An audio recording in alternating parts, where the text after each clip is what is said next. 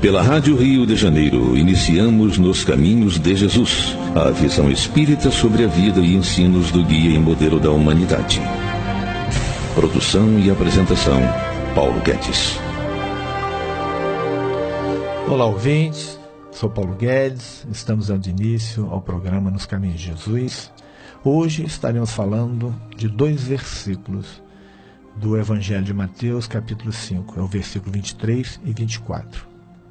Portanto, se trouxeres a tua oferta ao altar, e aí te lembrares de que teu irmão tem alguma coisa contra ti, deixa ali, diante do altar, a tua oferta, e vai reconciliar-te primeiro com o teu irmão, e depois vem e apresenta a tua oferta. Jesus, mais uma vez, falando da necessidade de vivenciarmos o amor, o perdão, de termos uma boa relação com o nosso próximo. Do que nos vale a oferenda a Deus? A oferenda a Deus se mantemos o coração tomado pelas paixões. É preferível, como nos disse Jesus, antes de qualquer oferta a Deus, retratarmos os nossos atos. Aquele que se dirige ao Pai Criador, a Deus, com a alma envolta pelas nuvens das paixões, tem dificuldade em refletir a luz do coração. É importante limparmos o coração das más vibrações para que a nossa luz brilhe e se propague até Deus.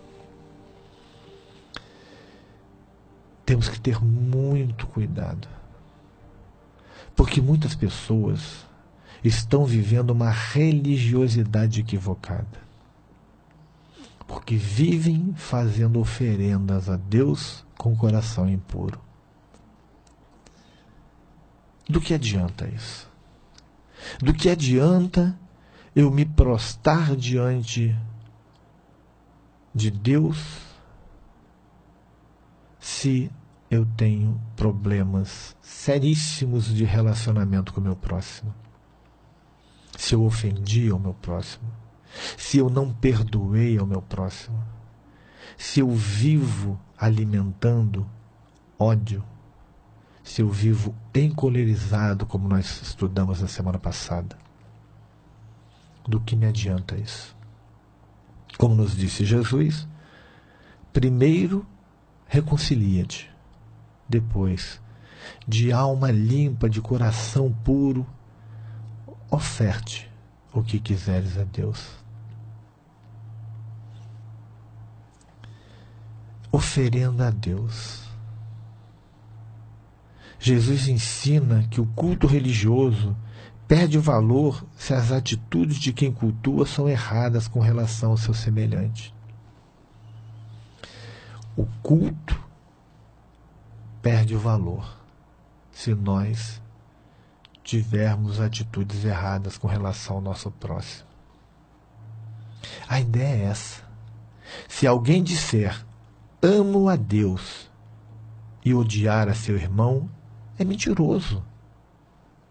Pois aquele que não ama seu irmão, a quem vê, não pode amar a Deus, a quem não vê. Primeira carta de João, capítulo 4, versículo 20. O nosso apóstolo fala já sobre isso. Aquele que não ama seu irmão, a quem vê, não pode amar a Deus, a quem não vê.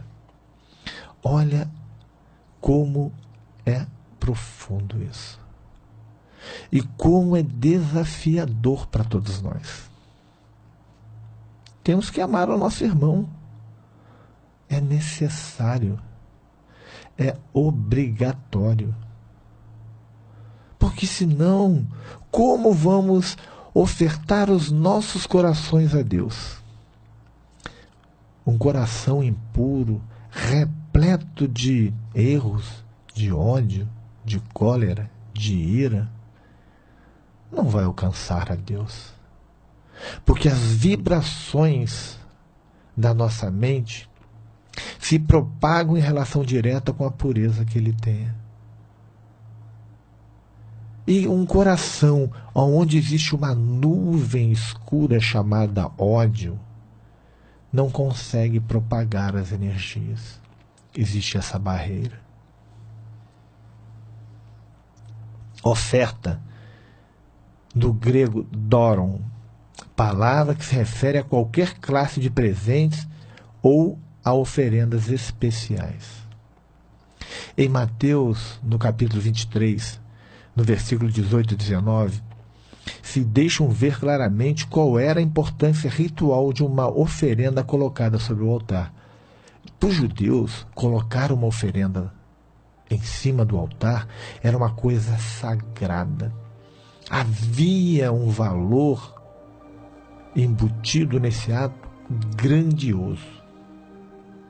Mas Jesus, com sua sabedoria, nos alerta que a grandeza do ato perdia todo o significado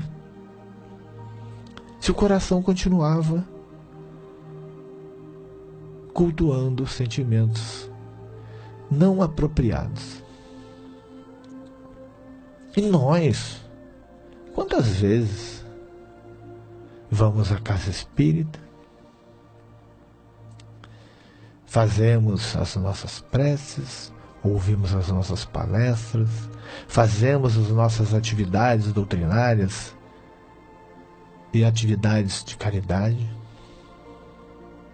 mas levamos o coração maculado pelo ódio, maculado pela mágoa. E aí, como nos disse Jesus, o alcance é muito curto.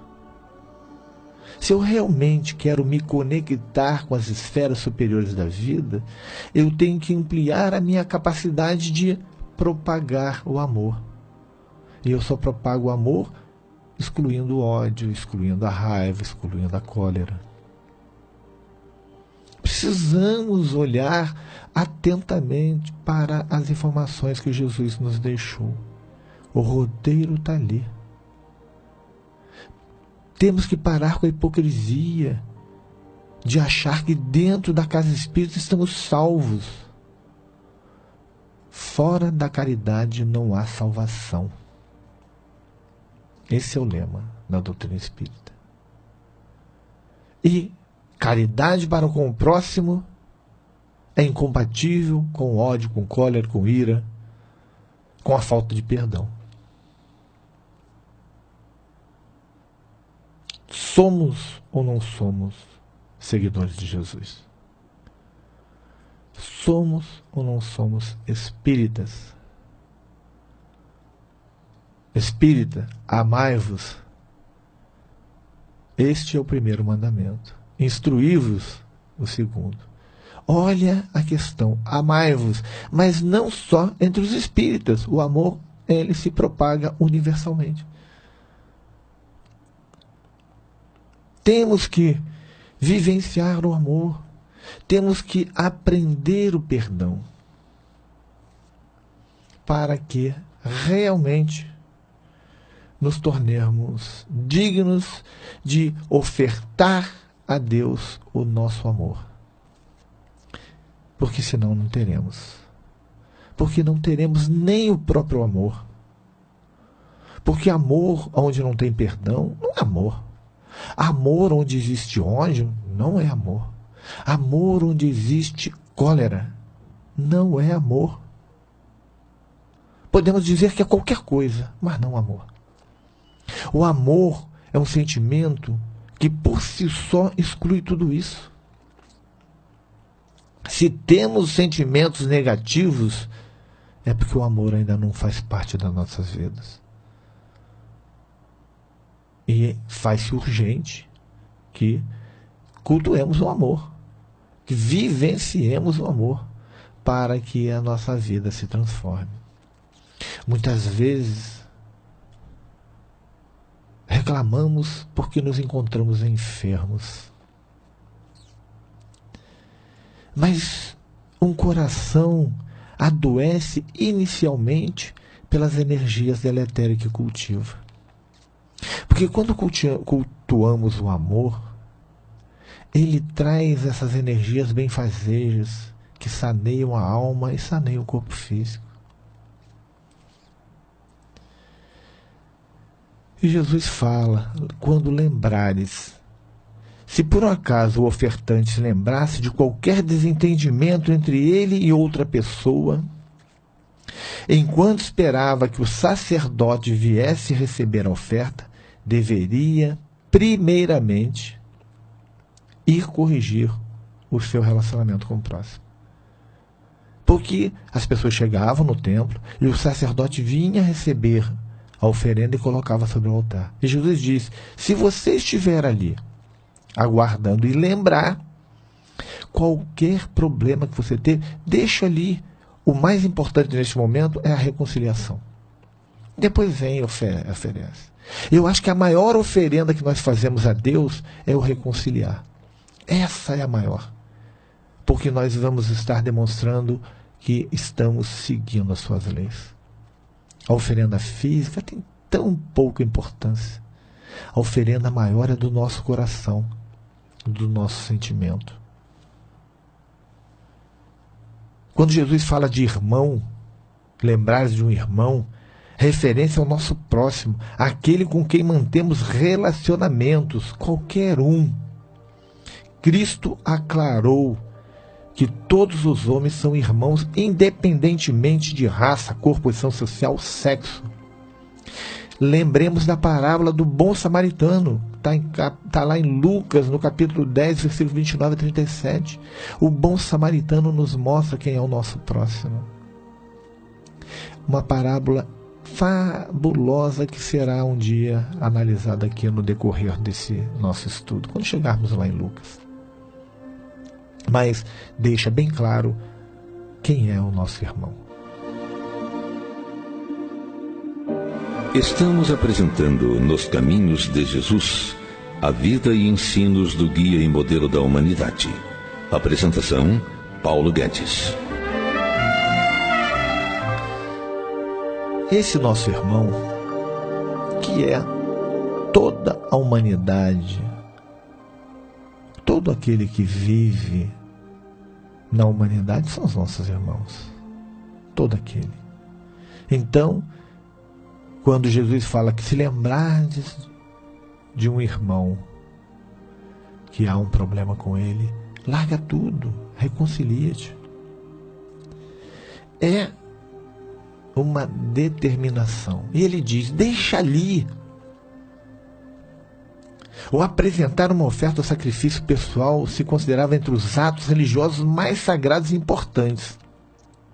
Mas ainda isso deveria ocupar um lugar secundário pelas circunstâncias aqui expostas. Era para os judeus um ato de importância muito grande. Um ato religioso sagrado. Mas Jesus diz que era secundário, porque estava em primeiro lugar a reconciliação. É possível que a oferta aqui mencionada fosse um sacrifício feito com o fim de obter o perdão ou o favor de Deus. Não sabemos o que se passa na cabeça das pessoas. Pode ser que a pessoa esteja pedindo perdão a Deus por um ato equivocado, ou pedindo a Deus um favor. A gente vê muito comum que as pessoas se dirijam a Deus para pedir alguma coisa. Cristo insiste em que o homem deve arrumar as contas com o seu próximo antes que possa reconciliar-se com Deus. Vamos ler em Mateus, no capítulo 6, versículo 15, e na primeira carta de João, no capítulo 4, versículo 20, falando sobre isso. Nada é mais importante do que vivenciar a reconciliação neste momento. Só teremos um mundo de paz quando nos reconciliarmos. Só teremos um mundo de paz quando deixarmos de nos ofender, por olharmos para o outro e entendermos que ele é um enfermo da alma e que precisa da nossa ajuda. Porque nós precisamos também. Já estudamos a bem-aventurança da misericórdia. Bem-aventurados os misericordiosos, porque obterão misericórdia. E nós queremos misericórdia para as nossas atitudes, para as nossas vidas. Mas só teremos se tivermos misericórdia para com o nosso próximo. Então, as ofensas precisam ser perdoadas. As mágoas diluídas, o ódio extirpado, o amor precisa ser cultivado no jardim dos nossos corações. Temos que trabalhar cada vez mais. Deixar ali de lado as coisas secundárias e trabalhar o que realmente importa. E o que importa neste momento, para todos nós, é o amor. E não tem amor sem perdão. A obrigação mais importante tem prioridade sobre outra de menor importância. O que é mais importante em nossas vidas no momento? Será que estamos realmente compreendendo a importância de certas coisas para as nossas vidas? Ou estamos valorizando aquilo que não tem necessidade, aquilo que é secundário? A reconciliação tem mais importância do que o sacrifício. Não adianta eu andar daqui a qualquer outro estado a pé, quilômetros e quilômetros, me sacrificando, homenageando a Deus, seja lá o que for, se eu não me reconcilio com aqueles com quem convivo e tenho problemas. Viver os princípios cristãos são de muito maior valor à vista de Deus do que praticar as formas externas da religião. A gente encontra referência a isso em Gálatas, no capítulo 2, versículo 20. E na segunda carta a Timóteo, capítulo 3, versículo 5. Viver os princípios cristãos são de muito maior valor à vista de Deus do que praticar as formas externas da religião. E a gente pratica as formas externas da religião. O culto externo continua presente. Mas o que realmente importa é o culto interno. É aquele que transforma, é aquele que perdoa, é aquele que ama, é aquele que se reconcilia.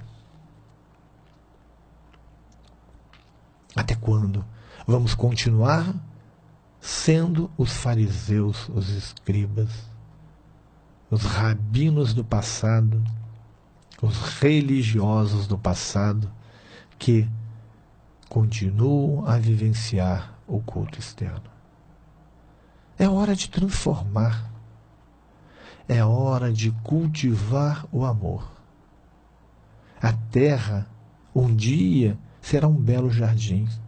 E cada um de nós será uma flor do amor, representando a imagem do Cristo. Todos nós um dia seremos. Mas quando é que esse jardim realmente será cultivado?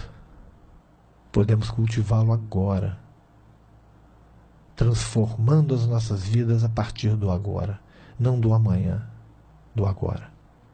Decisões são tomadas imediatamente. Todo aquele que protela é porque não tem vontade de fazer. Reconciliar. A gente encontra lá em Mateus, no capítulo 6, versículo 12. E perdoa as nossas dívidas, como também nós perdoamos aos nossos devedores. Pai nosso, a oração mais perfeita de todas. E perdoa as nossas dívidas, como também nós perdoamos aos nossos devedores. Existe uma dependência aí. Eu ser perdoado da forma como eu perdoo. Se eu não perdoo, eu não mereço perdão. No grego, afiemei palavra comum no Novo Testamento, que com frequência significa deixar. Mateus capítulo 4, versículo 11 tem esse significado. Ou despedir, em Marcos capítulo 4, versículo 36. Mas que também se traduz corretamente com a ideia de remeter. A gente encontra lá em João, no capítulo 20, versículo 23. Ou perdoar. Quando se emprega a palavra com esse segundo sentido, faz-se ressaltar a ideia de que o perdão deixa sem culpa ao pecador. É o perdão. O reconciliar é perdoar, é deixá-lo sem culpa, é esquecer a falta, é voltar a ter uma relação de confiança, viver a plenitude do amor. Todos nós precisamos vivenciar isso. Todos nós precisamos buscar a reconciliação no que diz respeito a perdoar. Perdão, palavra-chave aqui desse versículo. Se encontrar na tua consciência o nome, seja lá de quem for, que ainda existe um problema a ser resolvido, deixa tudo que você está fazendo e vai lá e resolve essa questão, reconciliando-se, pedindo perdão ou perdoando. Mas faça, saia da inércia, para que o sacrifício da tua alma, no que diz respeito à busca da evolução espiritual, realmente tenha êxito. Nossas dívidas são grandiosas. Tanto é verdade que estamos aqui no mundo de prova e expiações, expiando dívidas, sendo provados para ver se não vamos adquirir mais dívidas. Essa palavra dívida vem do grego ofeilemã, palavra comumente empregada para referir-se a dívidas legais, como a gente vê lá em Romanos, no capítulo 4, versículo 4. Mas usada aqui no sentido de dívidas morais e espirituais. Jesus está falando da questão moral. A questão de dívidas legais devem ser, claro, quitadas. O espírito cristão não pode ser um caloteiro.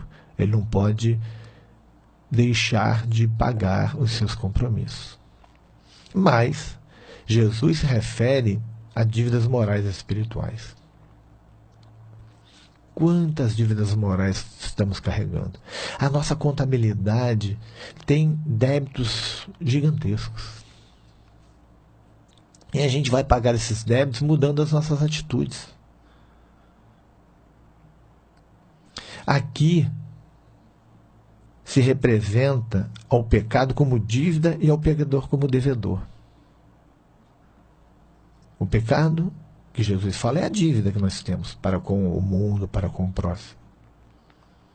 E ao pecador como devedor. Quando ele fala do pecador, nós estamos falando daquele devedor, nós, os devedores da vida. A passagem paralela de Lucas, desse trecho, diz pecados. A gente vê lá no capítulo 11, versículo 4. E Mateus também, no capítulo 18, versículo 28 e 30, também fala sobre a questão dos pecados. E Lucas, no capítulo 7, versículo 41 a 43. O pecado, gente, é as dívidas que nós temos. É as atitudes equivocadas. E pecador, na realidade, somos nós, os devedores, aqueles que ainda desrespeitam as leis divinas e prejudicam o próximo.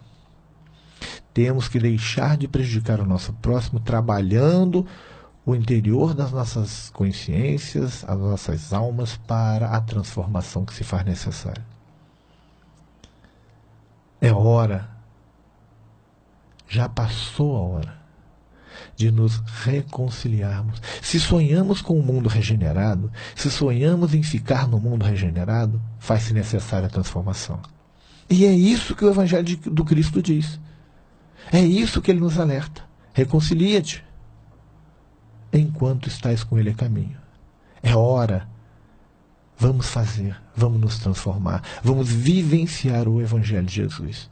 Cada versículo é um ensinamento fabuloso. Cada versículo tem uma profundidade que precisa tocar as nossas almas para que nos transformemos, para que vivenciemos o amor.